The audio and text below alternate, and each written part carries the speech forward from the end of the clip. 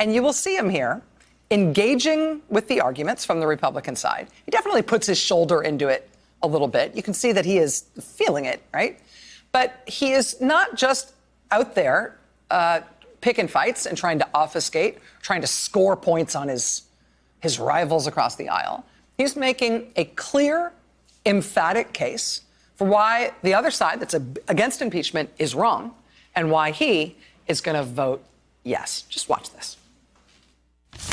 He didn't care about the Russian war on the people of Ukraine. He didn't care about corruption. They invite us to believe that Donald Trump is an anti-corruption crusader who was shaking down President Zelensky about corruption when he doesn't raise any corruption on that call except for what he believed was going on with the Bidens, except that he reduced anti-corruption funding for Ukraine, except he doesn't raise it anywhere else that we can find. And what do you know? You pick up the New York Times yesterday, President Trump had to pay $2 million to charities because he ripped off his own charity for millions of dollars. This is the anti-corruption crusader they want us to believe in. The guy who had to pay $25 million to students at the phony Trump University, which the Attorney General of New York called a classic bait and switch operation.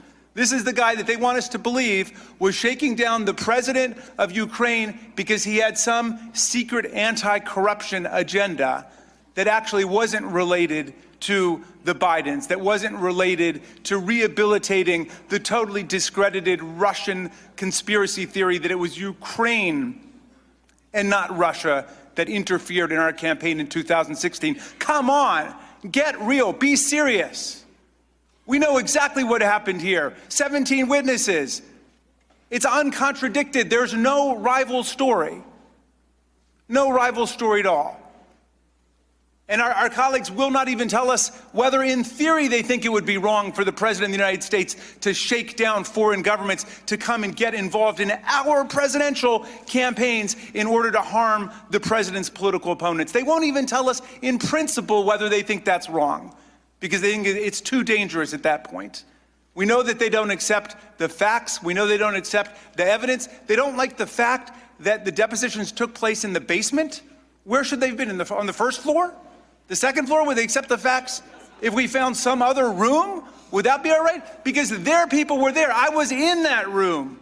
There were Democrats, there were Republicans. The Democratic counsel got an hour. The Republican counsel got an hour. It was even on both sides. Enough of these phony process objections. Let's get back to the facts of what happened.